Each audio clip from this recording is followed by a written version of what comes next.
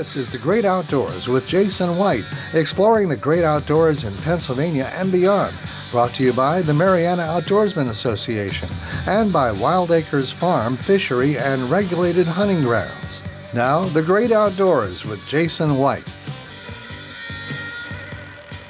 Hello, friends. I'm Jason White. Welcome to The Great Outdoors. I have a special guest today. For those watching, you'll see I'm not sitting in the station. I'm actually remote. And my guest today, with who I will introduce in a minute, we're gonna do a deep dive into some hunting tactics upcoming this fall. But before I introduce him, I want to give a special thanks to our sponsors. Mariana Outdoorsman Association. You can join the MOA today at marianaoutdoors.com, running an early bird special. If you join today, you get the remainder of the year for free, plus you get all of 2026. This is one heck of a deal. Go to our website, marianaoutdoors.com. Give us a call, 724-579-0924. Upland bird stockings done regularly from fall all the way into late winter or even early spring. Trout stockings going on from October all the way into May of next year, 1,000-yard rifle range, and so much more. Again, marianaoutdoors.com. Wild Acres Farm, Fishery, and Regulated Hunting Grounds, which is managed and operated by 10 Mile Creek Outfitters. If you're interested in any type of guided hunt, whether that be a free-ranging whitetail hunt, turkey hunt, upland bird hunt, trout fishing trip. If you're interested in having a corporate event, we have fundraisers, we have host weddings, lots and lots to do. I would be remiss to not also mention about the fantastic lodging. 10mileco.org. Give us a call, 724-579-0924. Again, that's TENMILECO.org. And last but not least, special thanks to the Washington County Tourism and Promotion Agency. Please visit Washington County, Pennsylvania. My guest today is a good friend of mine, Dave Brier. Good morning, Dave. Hey, how are you doing?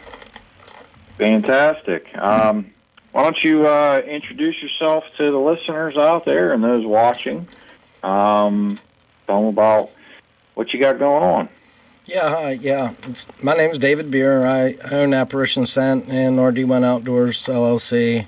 I make a whole line of deer lure. Some is very effective, and we absolutely love it. I make it all by myself in Dillon, Pennsylvania, right over in Greene County. So it's a Pennsylvania product here in southwestern Pennsylvania. I know Dave has some samples there. You want to walk through the different products, Dave, when you use them, when you don't use them, techniques, strategies. Happy to hear it. Yeah, absolutely. We'll first start with Phantom Hunter Body Wash. I start using it in September, and it absolutely eliminates all your scent. So you want to shower with that before you go out in the woods, because a deer's nose is his number one defense mechanism. So that's the Phantom Hunter Body Wash. That also doubles as a clothes wash. So you just dump a little bit in your wash machine, and it washes your hunting clothes and removes the scent from them. I think that's an important thing to highlight on too, Dave, because I think sometimes people fail to realize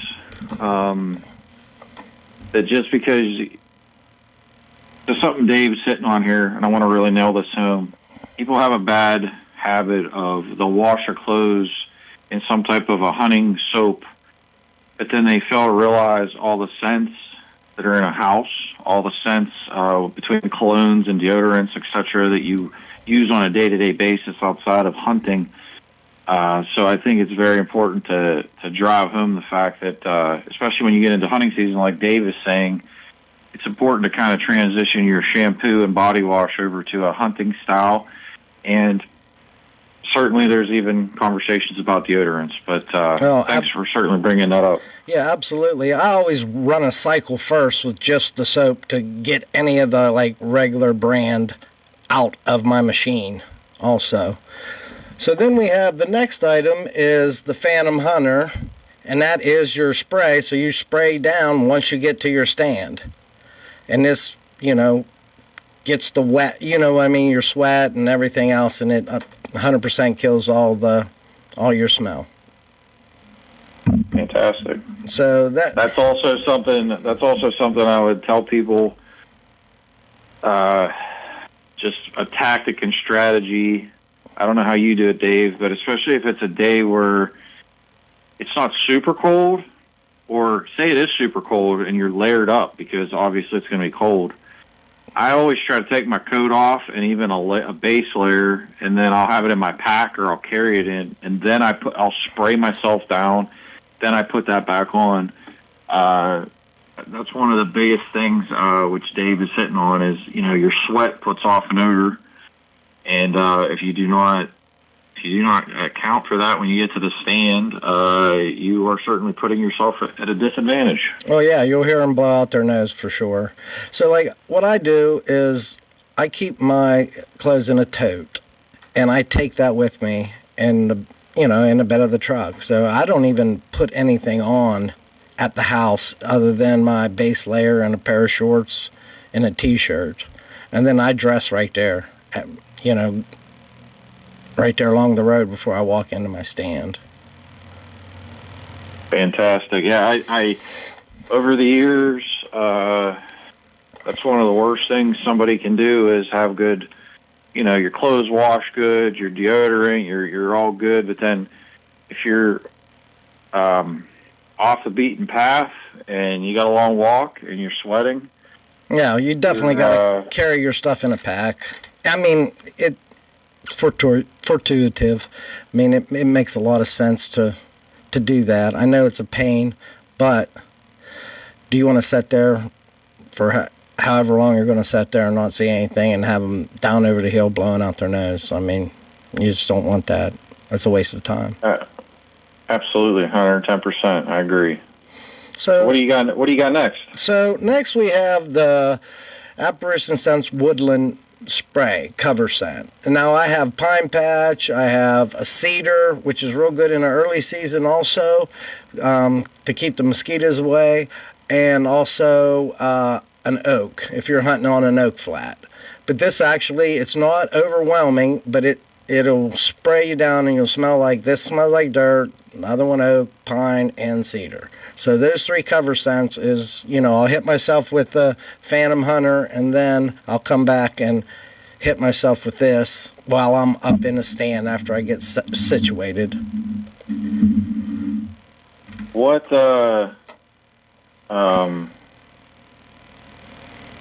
would you say to people, because I think this is another interesting topic. So, when Dave's talking about cover scents, it's really, really critical that everybody understands the specific cover scent. I'd say your dirt cover scent, Dave, you can correct me if I'm wrong, but it's more of your general kind of one-stop shop, kind of covers all your bases. Absolutely. You don't want to be in an oak orchard and wearing a pine covering. No. And you don't want to be in a pine area and you have oak on. The deer will figure out the fact that, well, that smells weird. That scent should not be here. Exactly. The whole concept is try to blend in as best as possible with your surroundings. Absolutely. But highly recommend when you get to your stand. This is also something I personally will spritz myself, obviously with the prior product. The Phantom Hunter. The Phantom Hunter, and then this type of stuff is when I'm in the stand and I want to spray myself again just to give that coverage. And I think it's a fantastic way to go about doing it. Yep. I mean, and after, guiding for all these years and hunting myself for 30-some years now, it's critical to have your scent eliminated, especially if you're hunting a trophy whitetail. I mean, I got it for like 20-some years in Illinois, and I mean, you don't have them blow out their nose. I mean, that's the worst thing in the world for a hunter to hear that noise. You know what I mean? Well, I think the one thing about it is, and I've learned this from experience with deer, their nose is amazing. And you got to be, there's a prior conversation here too, and that goes with tree stand location and obviously knowing your wind. You know, if the deer are coming from a specific area and the wind is blowing right there, that is probably not the best setup for you that particular day. So it's obviously important. Absolutely. You have to know the terrain, have an idea.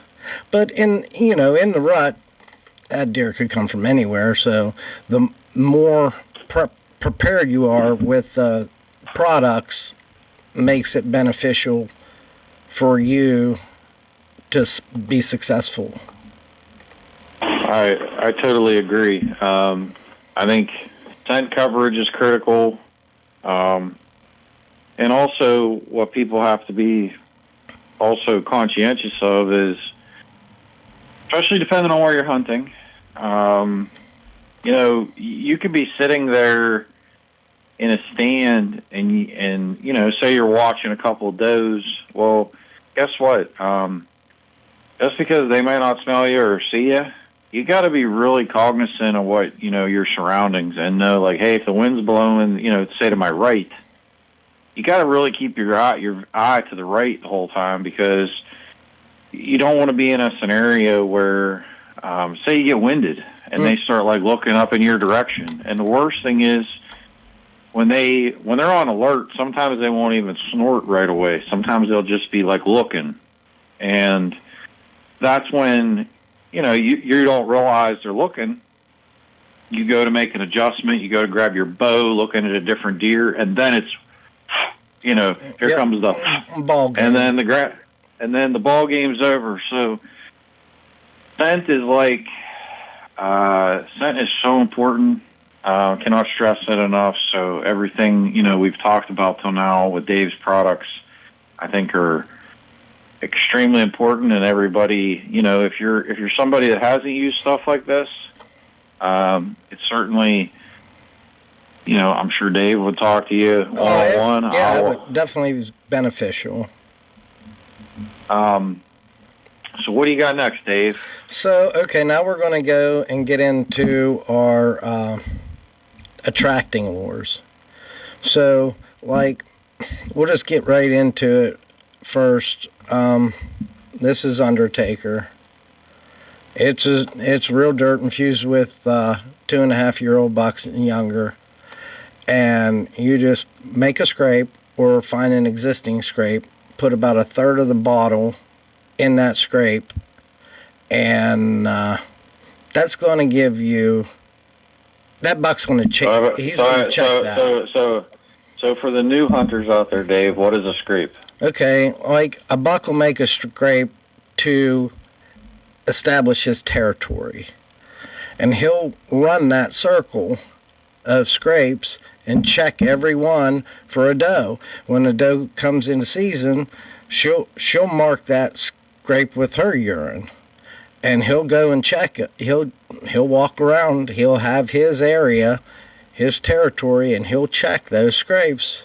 You know what I mean? And because he makes a visual aid for anybody out there. Envision a tree limb that's hanging down about, what would you say, Dave? About 5 foot off the ground. Probably. And what'll happen is a whitetail buck will come to that, and typically they do two things. Typically they will, on the ground, paw the ground. Yep. They will paw the ground with their hooves, and it'll be about, I'm going to just say 12 inches by 12 inches. You'll just see a bare dirt spot. Uh-huh. And they'll do typically 2 additional things. So there's 3 things typically. You can see it as clear as day. There'll just be a dirt spot where you can see where they dug. They'll typically go to the bathroom.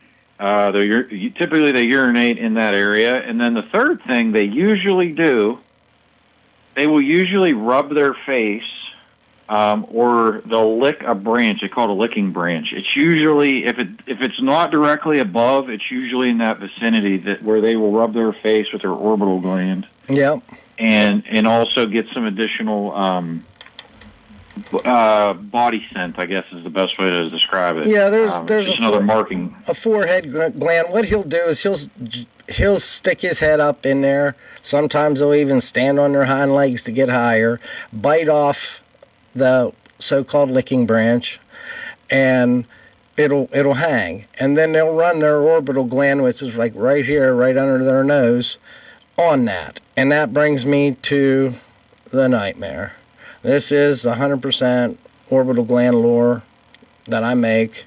And also we pair that with a hemp rope. So you could just tie this rope up on that because it's pre-soaked with the orbital gland, and that makes the actual natural scrape.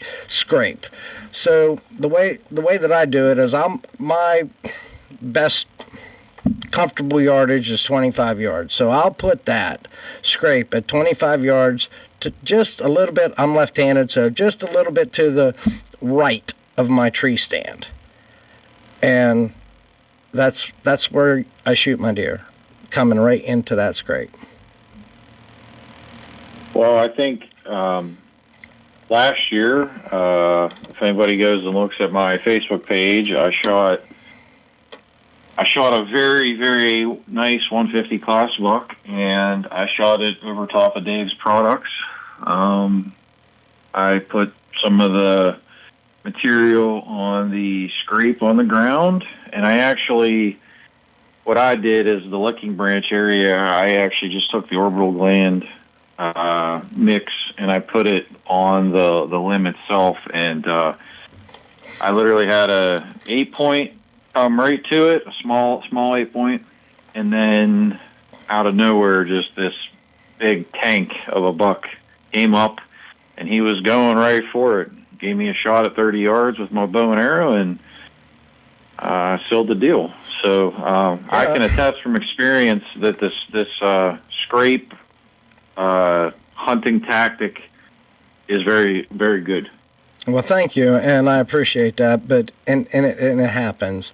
Like, I put them out, and some of them out at September, at beginning of September, and as soon as they start losing the velvet, going to hardhorn, and I'll put a camera on it or go back and check, and there'll be, sometimes they take over that scrape, and sometimes they'll just make one right beside of it, which is perfectly fine. Some of those bigger deer, they'll go in there and they'll absolutely take that area over, and he'll lay there, and I don't know how many pictures, and wait for the intruder to come so they could fight. I don't know how many trail cam pictures and customer photos and all that stuff that people send me on social media and also text of 2 bucks showing up at the same time and just start fighting right there over the scrape. Well, I will say, from all my years hunting, if you can identify a good scrape and rub line, I'm talking something that's typically historical, which Dave can attest to this. Typically, the bucks in general will hit the similar corridor every year. So once you find a hot spot, it typically is going to be hot every year, unless obviously something crazy happens, like you log or timber a property, or you do some type of development. But once you find a corridor, a travel corridor, they typically will be pretty darn close to that, respectfully, every year. What I will say, from what I found, is if you can identify a corridor that is near oak trees that are dropping acorns, usually by right now to the middle of October, I'm telling you what, if you can find a good corridor where there's a standardized annual scrape and rub line, as soon as you see them starting to rub and scrape, I'm telling you what, Dave, I really enjoy hunting those spots, because I just feel like every day you might see different bucks because they're just traveling to mark their territory. Like, that's what they're doing. Yep, they're setting up dominance. You know, they're Yep. getting ready for the November rut. I mean, they want to, get it going and figure out who is the dominant deer in that area and who's going to breed the most does. And when we talk about this, just so the listeners know, we're not talking a buck that's on full tilt chasing a doe. That's not what this is. This is basically they are establishing their domain, their territory. Think of it like a dog that goes and marks its territory. It's the same kind of premise, but for a whitetail buck, they go and they travel their corridors, their circle, whatever that radius is that they're going to stick to, and they're going to make scrapes. They're going to rub their face with their orbital gland on the licking branches, and they're also going to do buck rubs. These are all like telltale signs. But you can assure when they're doing that, all the bucks are going to be doing it. So like all the bucks just start kind of, it's almost like the sharks. Think of it like sharks kind of circling. They're all preparing, waiting for, as Dave said, the does to come into heat. Now, once the does come into heat, it's a completely different ballgame then. Now you're getting the chasing.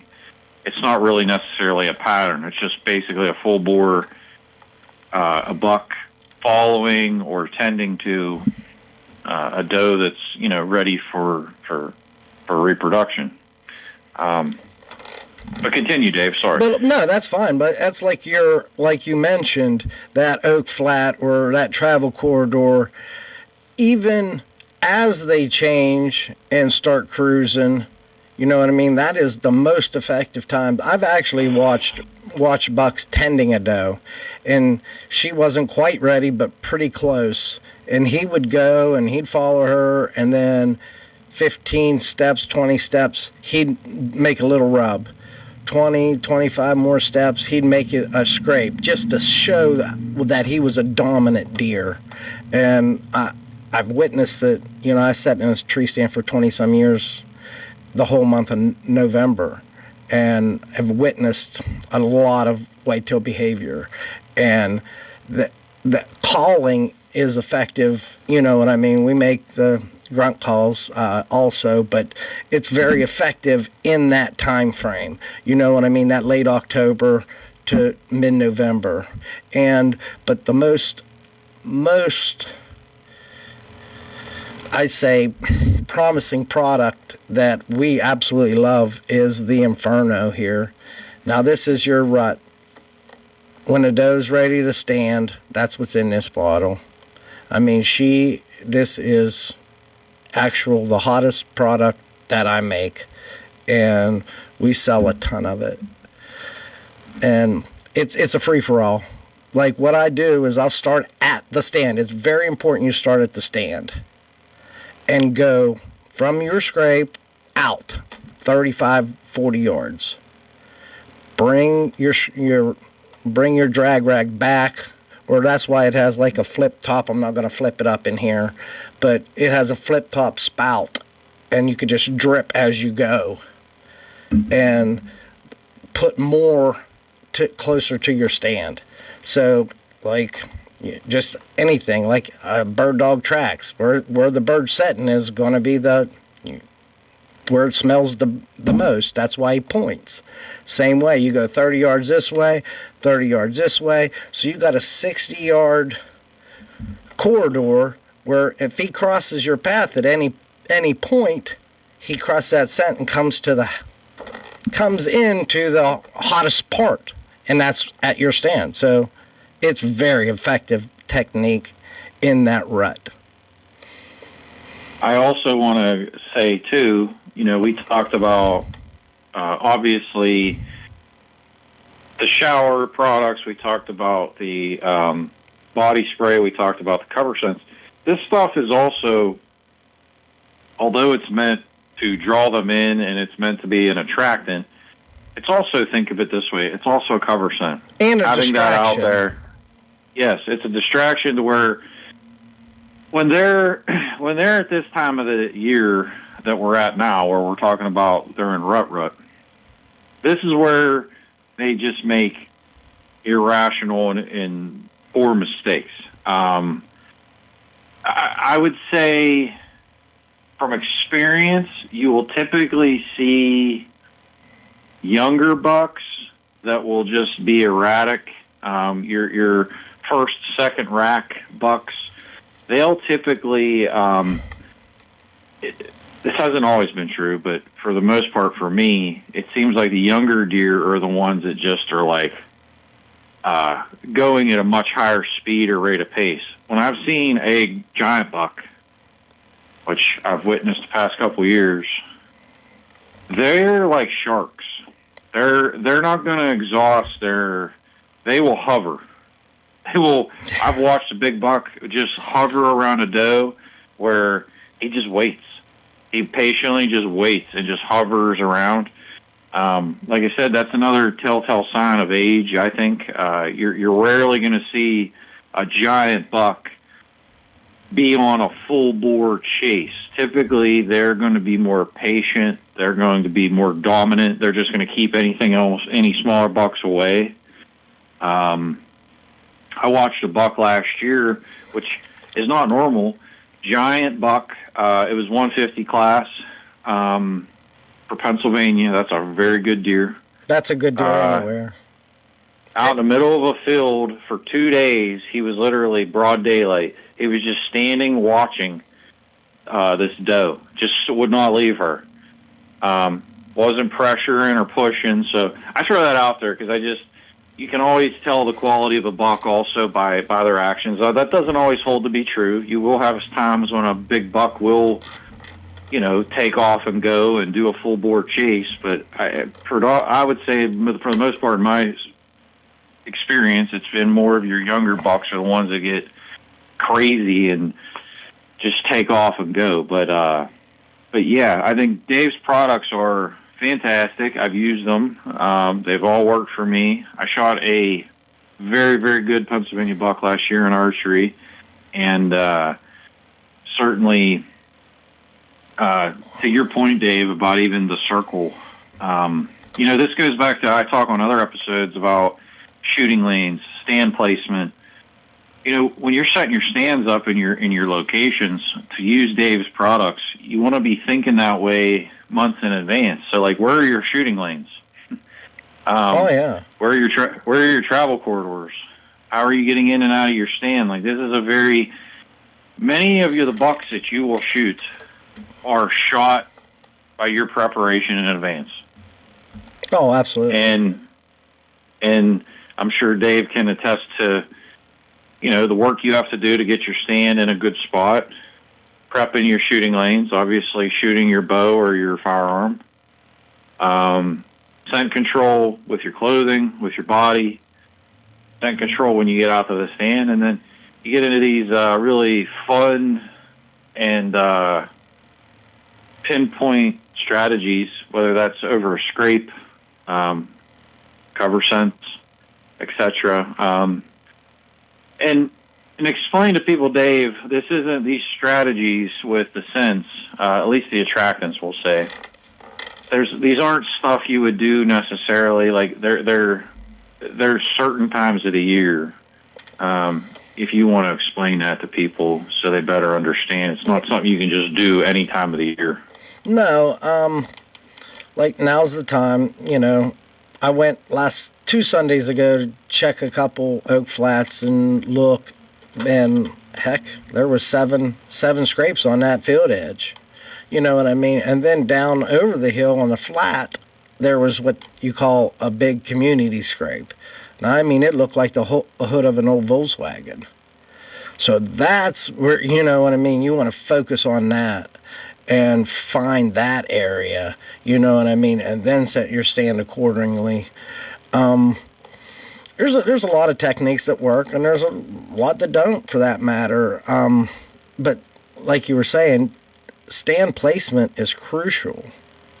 I've hung a lot of stands over my lifetime, taking people out in the Midwest and hunting, and I'd hang every one of their stands and tell them, this is where you got to be. You sit here for a week, you're going to kill a deer. It might not be that 180-inch deer that you were dreaming of, but a 140-inch deer, that's an amazing animal. I mean, my best friend killed a gigantic 160-inch deer out there. And what happened was 5 different smaller bucks were chasing that doe. And this big guy came in to the middle of this cornfield, and he just stood over top of her and run them out. And then he'd come back, and he'd stand there. And it was like a face-off for quite some time. And then she finally got up and just eased into the timber right where his stand was. And he got him. I mean, and that's a world-class animal right there. And that's just the part that, we emphasized in this discussion today.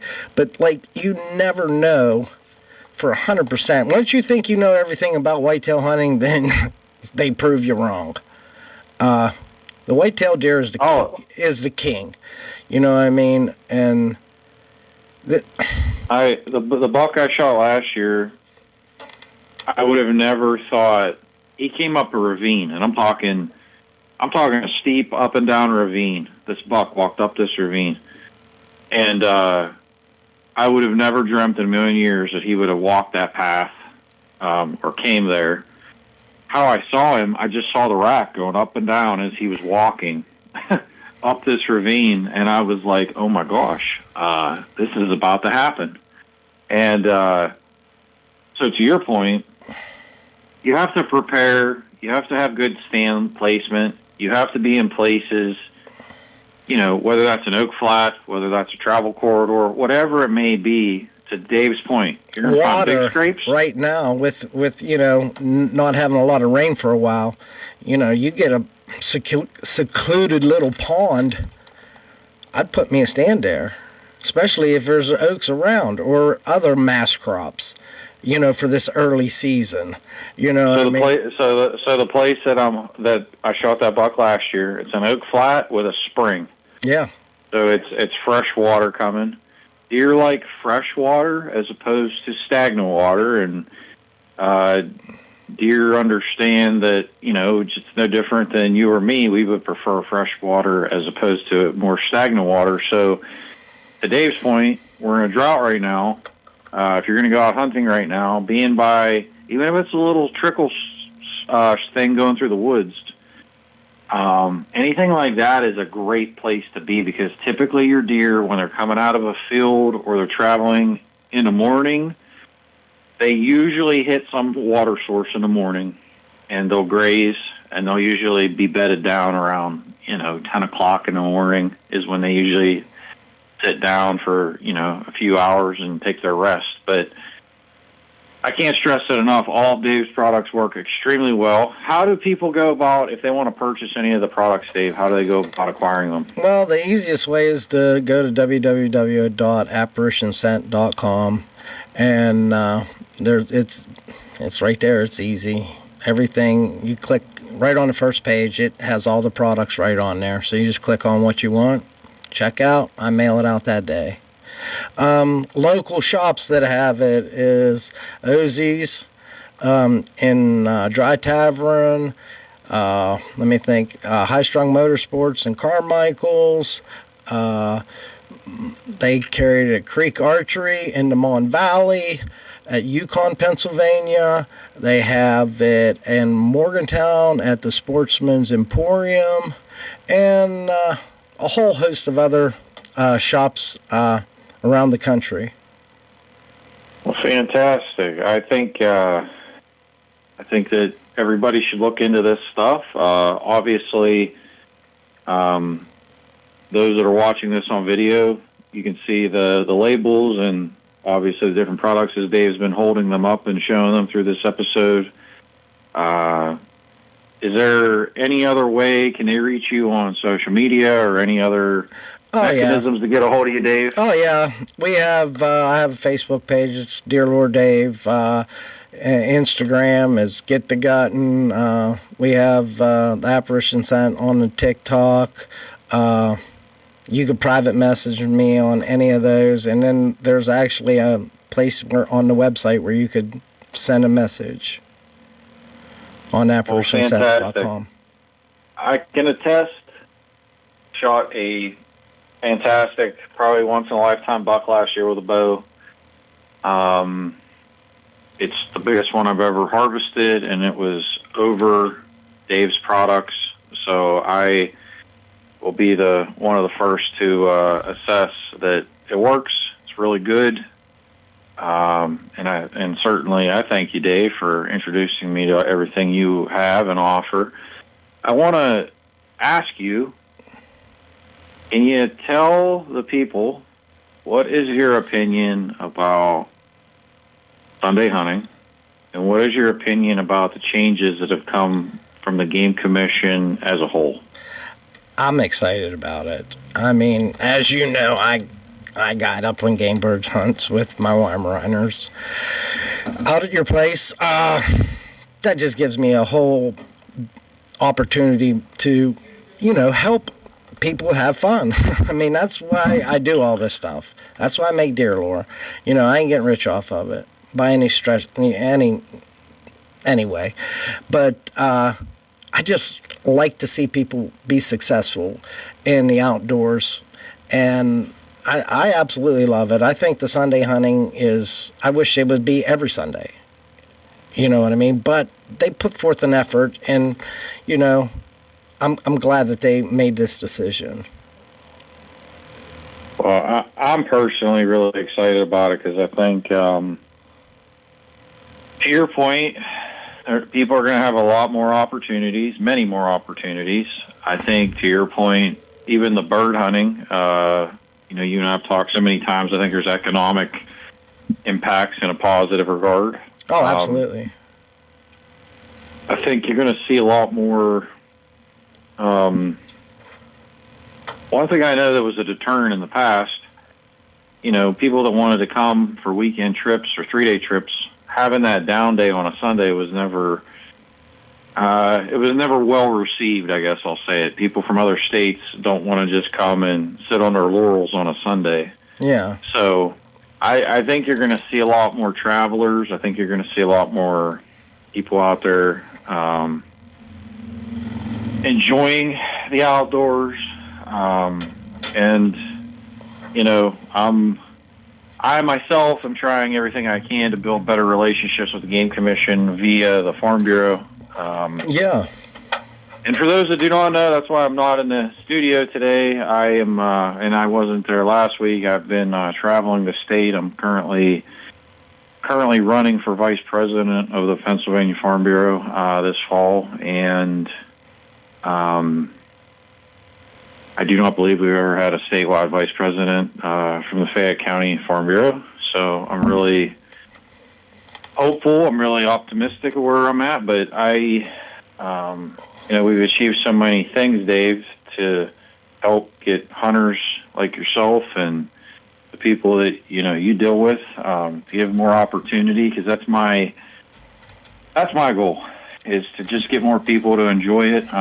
That's why with the Marion Outdoorsman Association, which you're a member of, and Wild Acres and 10 Mile Creek Outfitters, it's all about getting people to have a good time, getting people to enjoy the outdoors, connecting them with it, especially young people. Yeah, there's nothing like seeing that kid get his first pheasant or shoot his first deer, or her shooting her first turkey. I mean, that's what it's all about. I mean, just because I remember when I was a kid, I had a great mentor that took me and showed me all of my stuff, and I just grew from that. And it's something. I mean, I'd love to see the look on even an adult's face that never did it, before. I've taken guys out from, that worked the hospital there, and some of them ain't never hunted before. And, you show them all the safety things and have the safety talk and take them, and they just are astounded by the fact that bird dog could do the stuff that he can or she can do.